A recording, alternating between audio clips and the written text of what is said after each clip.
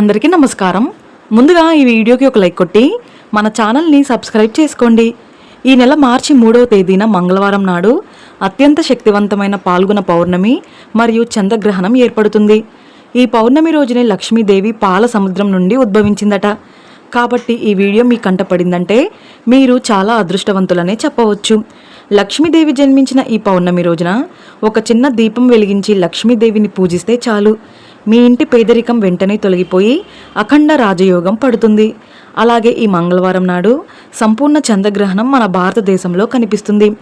చంద్రగ్రహణం నియమాలు, చేయకూడని తప్పులు, గర్భిణీలు తీసుకోవాల్సిన జాగ్రత్తలు, గ్రహణం పూర్తయిన తర్వాత పాటించాల్సిన విధి విధానాలు, అలాగే లక్ష్మీదేవి పూజా విధానం గురించి ఈ వీడియోలో తెలుసుకుందాం.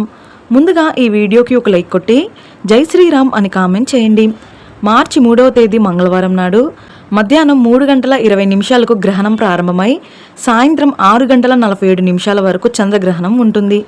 అయితే సాయంత్రం 6:20 నుండి 6:47 మధ్యలో మనకు చంద్రగ్రహణం కనిపిస్తుంది.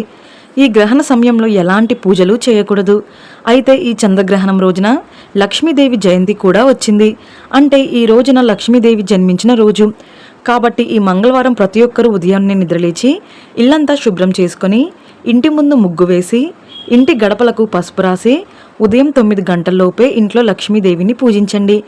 ఎర్ర గులాబీ పూలతో లక్ష్మీదేవిని అందంగా అలంకరించుకొని లక్ష్మీదేవి పటం ముందు ఆవు నెయ్యితో దీపారాధన చేయండి. లక్ష్మీదేవి జన్మించిన ఈ పౌర్ణమి రోజున ఎవరైతే ఇంట్లో దీపారాధన చేస్తారో అలాంటి ఇళ్లలో లక్ష్మీదేవి తాండవిస్తుంది. గ్రహణానికి ముందే సూతక కాలం ప్రారంభమవుతుంది. కాబట్టి ఉదయం 10 గంటల్లోపే మీ పూజ గదిని మూసేయాలి. అలాగే మధ్యాహ్నం 12 గంటల్లోపు ఇంట్లో ఉన్న ప్రతి ఒక్కరూ భోజనం చేసేయండి. ఇక ఆ తర్వాత భోజనం చేయకూడదు. ఉదయం వండిన ఆహారాన్ని మధ్యాహ్నం లోపే తినేయండి. అన్నం కూర ఏదైనా మిగిలిపోతే అవి వెంటనే తీసేయండి. గ్రహణం తర్వాత మిగిలిపోయిన అన్నం కూరను అస్సలు తినకూడదు. సాయంత్రం గ్రహణం పూర్తయిన తర్వాత విడుపు స్నానం చేసి ఇంటిని శుభ్రం చేసుకొని అప్పటికప్పుడు భోజనం వండుకొని సాయంత్రం 7:30 తర్వాత ఆహారం తినాలి. ముఖ్యంగా గ్రహణం సమయంలో మీ ఇంట్లో ఉన్న ఆహార పదార్థాలపైన దర్భను వేసుకోండి. ఇంట్లో ఉండే నిల్వ పచ్చళ్ళు, బియ్యం, పప్పు దినుసులు, చింతపండు ఇలాంటి ఆహార పదార్థాలపైన ఖచ్చితంగా దర్భను వేసుకోవాలి. అయితే దర్భ అందుబాటులో లేనివారు తులసి దళాలు వేసుకోండి. గ్రహణ సమయంలో వీలైనంత వరకు మౌనంగా ఉండాలి. మీ ఇష్ట దైవాన్ని మీ మనసులో స్మరించుకోండి. గ్రహణ సమయంలో దైవ మంత్రాలు చదివితే జన్మ జన్మల అదృష్టం కలిసొస్తుంది. ముఖ్యంగా ఈ చంద్రగ్రహణం సమయంలో సింహరాశి వారు బయటకు రాకుండా ఉంటే మంచిది. చంద్రగ్రహణం పూర్తయిన తర్వాత సాయంత్రం 6:50 ఇంట్లో ఉన్న ప్రతి ఒక్కరూ విడుపు స్నానం చేయాలి. నీటిలో చిటికెడు పసుపు వేసుకొని తలస్నానం చేయండి. అయితే తలకు షాంపూ పెట్టకూడదు. చంద్రగ్రహణం పూర్తయిన తర్వాత మీ ఇంటిని అలాగే మీ పూజ గదిని ఖచ్చితంగా శుద్ధి చేసుకోవాలి. ఉప్పు నీటితో ఇంటిని శుభ్రం చేసుకొని ఇంట్లో పసుపు నీళ్లు చల్లుకోండి. అలాగే దేవుని చిత్రపటాలను శుభ్రంగా తుడిచి పసుపు రాసి కుంకుమ బొట్లు పెట్టుకోండి. పూజా సామాగ్రిని కూడా శుభ్రం చేసుకోవాలి. మీ పూజ గదిలో ఉన్న దేవుని చిత్రపటాలను అలాగే దేవుని విగ్రహాలను చింతపండు రసంతో లేదా భస్మంతో శుభ్రపరచుకోండి. ఈ గ్రహణ సమయంలో పదునైన వస్తువులకు దూరంగా ఉండాలి. అలాగే ఇనప వస్తువులను ముట్టుకోకూడదు. కత్తులు, కత్తెరలు, సూదులు, పిన్నీసులు ఇలాంటి వస్తువులను ముట్టుకోకూడదు. అలాగే ఇనప మంచం పైన కూర్చోకూడదు. మీ శరీరం పైన మెటల్ వస్తువులు ఉంటే గ్రహణ సమయంలో వెంటనే తీసేయండి. మెటల్తో చేసిన గొలుసులు, ఉంగరాలు, గాజులు ఇలాంటి వస్తువులు శరీరం పైన ఉండకూడదు. ఇంట్లో తులసి కోట ఉన్నవారు ఈ గ్రహణ సమయంలో తులసి కోట పైన ఏదైనా వస్త్రాన్ని వేయండి.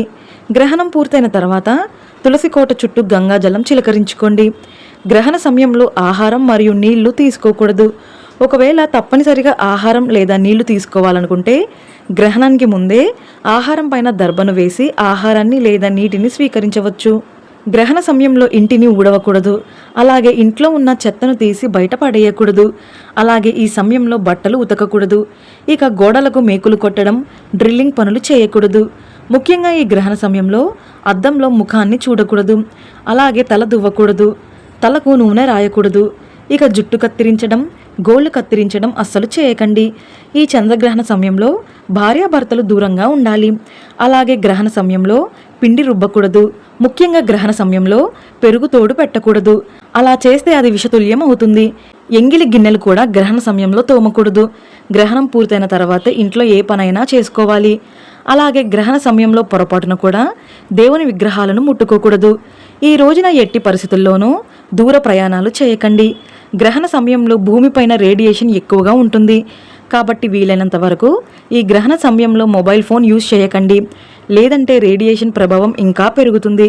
అలాగే మనలో చాలామంది చేతికి కాశీ దారాలు కట్టుకుంటారు. మరికొంతమంది కాలికి నల్లదారం కట్టుకుంటారు. అలాంటి వారు గ్రహణం పూర్తయిన తర్వాత వాటిని తీసేసి కొత్త దారాన్ని కట్టుకోండి. అలాగే ఇంటి ముందు కట్టిన గుమ్మడికాయను కూడా గ్రహణం తర్వాత మార్చేయాలి. ఒకవేళ గుమ్మడికాయ కొత్తగా కడితే గుమ్మడికాయను పసుపు నీటితో శుద్ధి చేసుకుంటే సరిపోతుంది.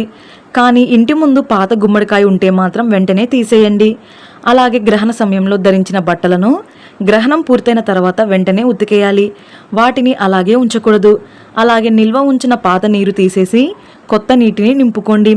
ఇంటిని పూజ గదిని శుభ్రం చేసుకున్న తర్వాత పూజ గదిలో దీపారాధన చేస్తే చాలా మంచిది. అలాగే ఇల్లంతా సాంబ్రాణి పొగ వేస్తే ఇంకా మంచిది. ముఖ్యంగా ఈ మంగళవారం ప్రతి ఒక్కరూ సాత్వికమైన ఆహారం తినండి. అయితే పొరపాటున కూడా మాంసాహారం తినకూడదు. అలాగే ఉల్లిపాయలు, వెల్లుల్లి, పుల్లని ఆహారం కూడా తినకూడదు. గ్రహణం రోజున సులభంగా జీర్ణమయ్యే ఆహారాన్ని తినాలని, ఉపవాసం ఉండటం ఇంకా మంచిదని పండితులు వివరిస్తున్నారు. ఈ గ్రహణ సమయంలో డబ్బుకు సంబంధించిన లావాదేవీలు చేయకూడదు. ముఖ్యంగా అప్పు ఇవ్వడం లేదా అప్పు తీసుకోవడం అస్సలు చేయకండి.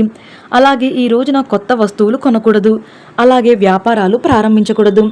అలాగే గ్రహణం పూర్తయిన తర్వాత మీ ఇంటి గుమ్మానికి 2 వైపులా నిమ్మకాయలు పెట్టుకోండి. మీ ఇంట్లోకి నెగిటివ్ ఎనర్జీ ప్రవేశించకుండా ఉంటుంది. ముఖ్యంగా గర్భిణీలు గ్రహణ సమయంలో బయటకు రాకూడదు. ఇంటి తలుపులు, కిటికీలు వేసేసి ఇంట్లోకి వెలుతురు రాకుండా గర్భిణీలు జాగ్రత్తగా ఉండాలి. ఎందుకంటే గ్రహణ సమయంలో వెలువడే హానికరమైన కిరణాలు గర్భంలోని పిండం పైన ప్రభావం చూపవచ్చు. కాబట్టి గర్భిణీలు బయటకు రాకుండా ఉంటే సరిపోతుంది. ముఖ్యంగా గర్భిణీలు గ్రహణ సమయంలో సంతాన గోపాల మంత్రాన్ని చదివితే మీ పుట్టబోయే బిడ్డకు చాలా మంచి జరుగుతుంది. ఎన్ని జాగ్రత్తలు తీసుకున్న గర్భిణీలకు ఎంతో కొంత భయం ఉంటుంది. అలాంటి వారు ఈ గ్రహణ సమయంలో ఒక కొబ్బరికాయను మీ పక్కన పెట్టుకోండి. కొబ్బరికాయకు నెగిటివ్ ఎనర్జీని పీల్చుకునే శక్తి ఉంటుంది.